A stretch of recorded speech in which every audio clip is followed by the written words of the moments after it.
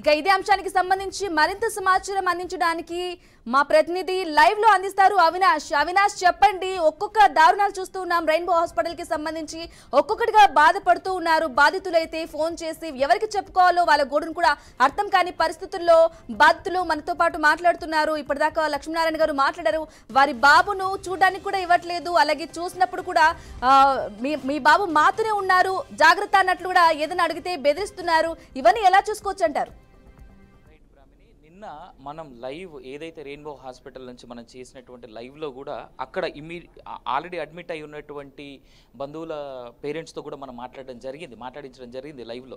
మనం ఒక బాధితుడికి న్యాయం చేయడానికి మనం రెయిన్బో హాస్పిటల్ వరకు వెళ్తే నిన్న సాయంత్రం అదే లైవ్లో అక్కడ ఆల్రెడీ అడ్మిట్ అయ్యి 1 వీక్ నుంచి కేవలం యూరియా బాడీలో ఎక్కువగా ఉంది అని చెప్పేసి అడ్మిట్ చేసినటువంటి 18 నెలల పాప గురించి వచ్చినటువంటి బంధువులు ఎవరైతే ఉన్నారో 1 వీక్ పైగా అక్కడ అప్పటికి అడ్మిట్ అయి ఉన్నటువంటి సంఘటన మనం చూసాం. ఇప్పుడు లక్ష్మీనారాయణ గారి సంఘటన కూడా విన్నా కానీ ఏమాత్రం విస్తూ అనిపించట్లేదు. ఇన్ఫ్యాక్ట్ నిన్న ఈ ఇన్సిడెంట్ జరిగినప్పటి నుంచి ఎప్పుడైతే మన ఛానల్లో లైవ్ టెలికాస్ట్ చేసామో దాని తర్వాత ఎప్పుడైతే దానికి సంబంధించినటువంటి వీడియోస్ సోషల్ మీడియాలో కూడా వెళ్ళడం జరిగిందో అప్పటి నుంచి చాలా కాల్స్ నాకు కూడా రావడం జరిగింది. ఇన్ఫ్యాక్ట్ నాకు తెలిసినటువంటి సర్కిల్లోనే ఒక వింత ఘటన జరిగింది.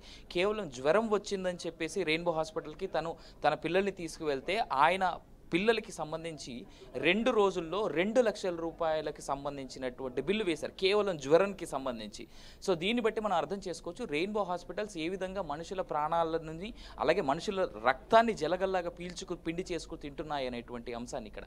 ఇదే కాదు, ఇంకొక విషయం ఏంటంటే లక్ష్మీనారాయణ గారి సంఘటన మనం చాలా పెద్ద ఎగ్జాంపుల్గా కనుక తీసుకున్నట్టయితే ఆయన కేవలం IVF ట్రీట్మెంట్ కోసం అని ఇక్కడికి వచ్చిన తర్వాత IVF ట్రీట్మెంట్ తీసుకున్న తర్వాత ఆయన భార్యకి 2 పిల్లలు పుట్టిన తర్వాత జరిగినటువంటి ఘటన. ఇందాక చివరిలో మీతో మాట్లాడుతూ ఆయన ఒక మాట చాలా ఇంట్రెస్టింగ్ స్టేట్మెంట్ చెప్పాడు. బాబు ఆల్రెడీ చనిపోయాడు కానీ అడ్మిషన్ చేశారు, ఆ తర్వాత మళ్ళీ అతని ట్రీట్మెంట్ అంటూ 3వ రోజు వరకు హంగామా కొనసాగించారనేటువంటిది. అంటే మనం సినిమాల్లో ఇంతకుముందు ఎక్కడో చూసాం, ఏదో చిరంజీవి గారి సినిమా అనుకుంటుంది, చనిపోయిన మృతదేహానికి ట్రీట్మెంట్ చేస్తున్నాం అనే పేరుతో డ్రామాలు ఆడినటువంటి. ఎగ్జాక్ట్లీ అవినాష్ వారు లక్ష్మీనారాయణ గారు ఇంతకు ముందు చెప్తూ ఉన్నప్పుడు కూడా అంటే డిశ్చార్జ్ పేపర్ ఇచ్చి మళ్ళీ వెంటనే అడ్మిట్ చేసుకున్నట్లు, జాయినింగ్ చేసుకున్నట్లు, మళ్ళీ బిల్ పేపర్లు ఇచ్చినట్లు, అట్లా వెంటనే పేపర్స్ అన్ని కూడా నా దగ్గర ఉన్నట్లు కూడా చెప్తూ ఉన్నారు. నేను ఒక్కనేగా బాధితుని కాదు, చాలా మంది బాధితులు ఉన్నారు. మేము 2 కుమారుని కూడా పోగొట్టుకోలేము, అందుకే నేను ఇట్లా మీడియా మీద వస్తున్నాను, మా బాధను కూడా వెళ్ళబోసుకుంటున్నాను వారి బాధను వెళ్ళబోసుకుంటున్నారు.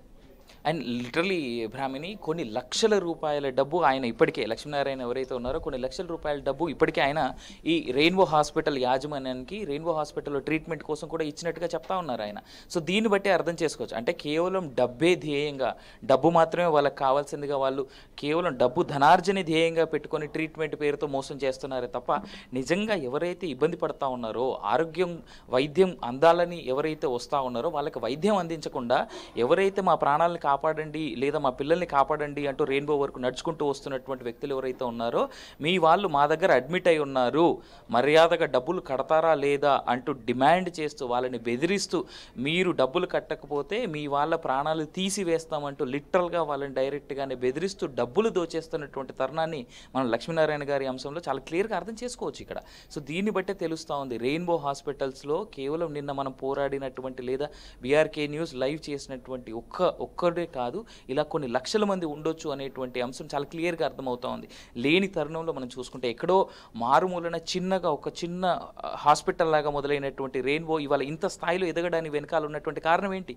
ఎవరైతే రమేష్ అనేటువంటి వ్యక్తి ఉన్నాడో రెయిన్బో హాస్పిటల్స్ యొక్క మేజర్ చైర్మన్, ఆయన ప్రస్థానం మనం గమనించుకుంటే చిన్న హాస్పిటల్ ఏదో RMP డాక్టర్ లాగా మొదలుపెట్టినటువంటి ఆయన సంస్థానం రెయిన్బోకి ఇన్ని హాస్పిటల్స్ కానీ ఇన్ని బ్రాంచెస్ కానీ ఏ విధంగా వచ్చాయి, ఎన్ని కోట్ల రూపాయలు ప్రజాధనాన్ని వాళ్ళు ఈ వైద్యం పేరు మీద దోచుకున్నారనేటువంటి అంశాన్ని మనం క్లియర్గా వెరిఫై చేస్తూ బయటికి తీయాల్సినటువంటి అంశం ఉంది. అదే కాదు, ఇన్సూరెన్స్ల పేరుతో 100% క్లెయిమ్ అనేటువంటి పేరుతో వీళ్ళు చెప్తా ఉంటారు రెయిన్బో హాస్పిటల్స్. బట్ అలాంటి హాస్పిటలే మీకు ఇన్సూరెన్స్ రాదు అంటూ కూడా అడ్మిట్ అయిన తర్వాత పేరెంట్స్కి చెప్తూ వాళ్ళని బెదిరిస్తూ ఉన్నటువంటి ఘటనలు కూడా కొన్ని కోకొల్లలు ఉన్నాయి. ఇలాంటివి కూడా బయటికి తీసుకొచ్చేటువంటి ప్రయత్నంలో మనం ఉన్నాం ఆల్రెడీ.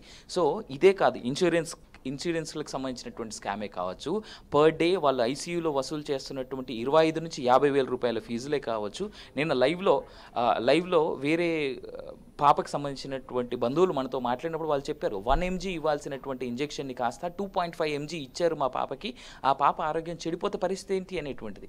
లిటరల్గా 1 వీక్ నుంచి అక్కడ అడ్మిట్ చేసి ఉన్నటువంటి 18 నెలల పాపకి సంబంధించినటువంటి ఫైల్ పట్టుకొని ఆయన సెకండ్ ఒపీనియన్కి వేరే హాస్పిటల్కి వెళ్తూ ఉన్నాడు. 3 రోజుల్లో తగ్గాల్సినటువంటి యూరియా అనేటువంటిది 18 నెలల పాప బాడీలో 1 వీక్ అయినా కానీ ఎలాంటి డిఫరెన్స్ అనేది కనిపించలేదు వాళ్ళకి. సెకండ్ ఒపీనియన్కి వేరే హాస్పిటల్కి వెళ్తా ఉన్నారు. అప్పటికే కొన్ని లక్షల రూపాయలు వసూలు చేసింది రెయిన్బో హాస్పిటల్ యాజమాన్యం. సో దీన్ని బట్టి మనం అర్థం చేసుకోవచ్చు.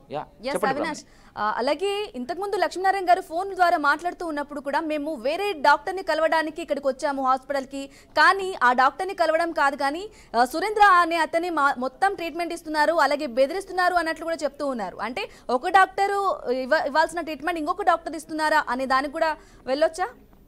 100% భ్రామిని. నిన్న మనకు అర్థమైనటువంటి సంఘటన ఒకసారి నేను మళ్ళీ ఒకసారి మన వీక్షకులకు కానీ మనం చూస్తున్నటువంటి ప్రజలకు కానీ అర్థమయ్యేలా ఒక మాట చెప్తాను నేను. ప్రశాంత్ అనేటువంటి వ్యక్తి ఎవరైతే ఉన్నారో నిన్న చనిపోయినటువంటి 14 ఏళ్ల బాలుడు ఉన్నారో అతనికి సర్జరీ అయిన తర్వాత, లివర్ ట్రాన్స్ప్లాంటేషన్ అయిన తర్వాత అతనికి ఫీవర్ మళ్ళీ ఎందుకు వస్తుంది మా బాబుకు అని చెప్పేసి ఆ బంధువర్గం అడిగినప్పుడు ఆ డాక్టర్ చెప్పినటువంటి మాట వింటే మళ్ళీ విస్తుపోతారు. ఫీవర్ ఎందుకు వస్తుందో నాకేం తెలుస్తుంది అయ్యా అనేటువంటి ప్రశ్న ఆయన వేయడం జరిగింది. మారుగా ఈ బంధువులు ఆ డాక్టర్ని అడిగితే మాకెందుకు తెలుస్తుంది ఫీవర్ ఎందుకు వస్తుందో అనేటువంటి మాట వాళ్ళు మాట్లాడడం జరిగింది. దీన్ని బట్టే తెలుసుకోవచ్చు, దీన్ని బట్టే మనం ప్రశ్నించవచ్చు ఆ డాక్టర్ నిజంగానే చదువుకొని డాక్టర్ అయ్యాడా, లేదంటే ఎక్కడైనా ఫేక్ డిగ్రీలు తీసుకొని అక్కడ డాక్టర్గా చలామణి అవుతున్నాడా అనేటువంటిది. ఇన్ఫ్యాక్ట్ ప్రశాంత్ అనేటువంటి డాక్టర్ ఎవరైతే ఉన్నారో ఆయనకి రెయిన్బో హాస్పిటల్స్లో షేర్స్ కూడా ఉన్నాయి. సో దీన్ని బట్టి మనం అర్థం చేసుకోవచ్చు, కేవలం డబ్బే ధ్యేయంగా డబ్బులు పెట్టిన వాడికి షేర్స్, లేదా నీ దగ్గరకు వచ్చినటువంటి పేషెంట్తో నువ్వు కొన్ని లక్షల రూపాయలు వసూలు చేస్తే నీకు షేర్ ఇస్తామనేటువంటి మాట ఈ హాస్పిటల్ యాజమాన్యం ఆల్రెడీ డాక్టర్లతో కుమ్మక్కై వాళ్ళకి ఇస్తున్నారా అనేటువంటిది కూడా ఇక్కడ అర్థమవుతా ఉన్నటువంటి సంఘటనగా మనం చెప్పుకోవచ్చు. ఇలా ఎంతమంది డాక్టర్స్ ఉన్నారు ఇక్కడ, డిఎంహెచ్ఓ కానీ లేదంటే సెంట్రల్ మెడికల్ బోర్డు కానీ ఉన్నటువంటి డాక్టర్లు నిజంగా ఫేక్ డాక్యుమెంట్లతో డాక్టర్లు అవుతా ఉన్నారా, లేదు అంటే నార్మల్గానే డాక్టర్లుగా జాయిన్ అయిపోతా ఉన్నారా, లేదు అంటే నిజంగా మెడిసిన్ చదివిన తర్వాత డాక్టర్లుగా వీళ్ళు జాయిన్ అవుతా ఉన్నారా అనేటువంటి ఎంక్వైరీలు చేయాల్సినటువంటి బాధ్యత మెడికల్ డిపార్ట్మెంట్ మీద లేదా? దీనికి సంబంధించి ఖచ్చితంగా ఇప్పటికీ రెస్పాండ్ అవ్వాల్సినటువంటి ఇటు మెడికల్ డిపార్ట్మెంట్ కావచ్చు, లేదు అంటే ప్రభుత్వంలో ఉన్నటువంటి మంత్రులు కావచ్చు, లేదంటే సీఎం కావచ్చు, ఇప్పటివరకు ఎలాంటి స్పందన లేదు. ఇన్ఫ్యాక్ట్ మీడియా మీద నిన్న దాడి జరిగింది.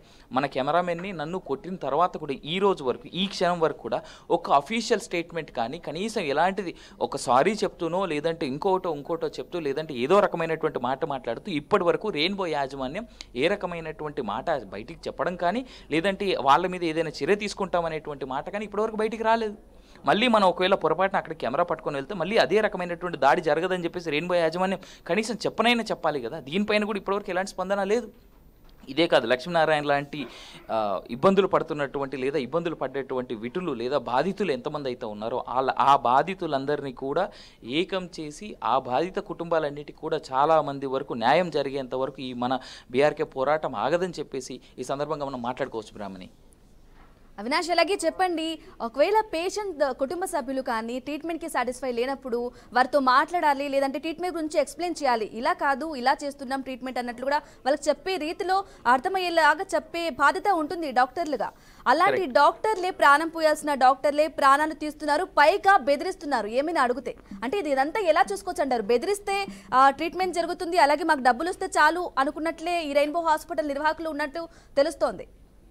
రైట్, అంటే క్లియర్గా ఒకటి మాత్రం అర్థమవుతా ఉంది బ్రాహ్మణి, ఈ డాక్టర్స్ అంతా కూడా కలిసి ఒక కార్పొరేట్ మాఫియా లాగా ఏర్పడి మీరు ఏం చేసుకుంటారో చేసుకోండి, మేము అడిగినంత డబ్బు మాత్రమే మాకు కట్టండి, మీ వాళ్ళు చనిపోయినా మాకు అనవసరం అనేటువంటి స్టేట్మెంట్కి వాళ్ళు ఉన్నారు. వాళ్ళకి కావాల్సిందల్లా డబ్బు ఒక్కటే, అంతకుమించి ఇంకేం లేదు. ఎవరి మాన ప్రాణాలు ఉన్నా లేకపోయినా వాళ్ళకి సంబంధం లేదు. ఇక్కడ కేవలం వాళ్ళు బ్రతుకుతున్నదల్లా దేనికయ్యా అనంటే కేవలం డబ్బు కోసం, ధనార్జన కోసం మాత్రమే. సో ఆ ధనం వాళ్ళకి చేరిన తర్వాత ఎవరైతే బాధితుడు వచ్చి ఎవరైతే ఇబ్బందుల్లో ఉన్నారో, ఆరోగ్యం బాలేక వచ్చి అక్కడ అడ్మిట్ అయ్యారో, అతను చనిపోయి తిరిగి వెళ్ళినా లేదా ఆరోగ్యంగా తిరిగి వెళ్ళినా ఆ హాస్పిటల్ యాజమాన్యం కానీ అక్కడ ఉన్నటువంటి డాక్టర్లకు కానీ ఎలాంటి సంబంధం లేదు, మాకు అవసరం లేదు అనేటువంటి ఉద్దేశాన్ని వాళ్ళు కూర్చున్నారు. అంతేకాదు, నిన్న విస్తుపోయేలాగా ఆ హాస్పిటల్కి చెందినటువంటి వేరే ఒక డాక్టర్తో నేను ఆఫ్లైన్ మాట్లాడినప్పుడు వాళ్ళు చెప్పినటువంటి మాట, మేము ఎంత డబ్బు కావాలంటే అంత పారేస్తాం, మీరంతా ఎందుకు మాట్లాడుతున్నారని లైవ్లో నన్నే క్వశ్చన్ చేయడం కూడా జరిగింది. ఈ మాట మన కెమెరా ముఖ సాక్షిగా ఇప్పుడు నేను చెప్తా ఉన్నాను.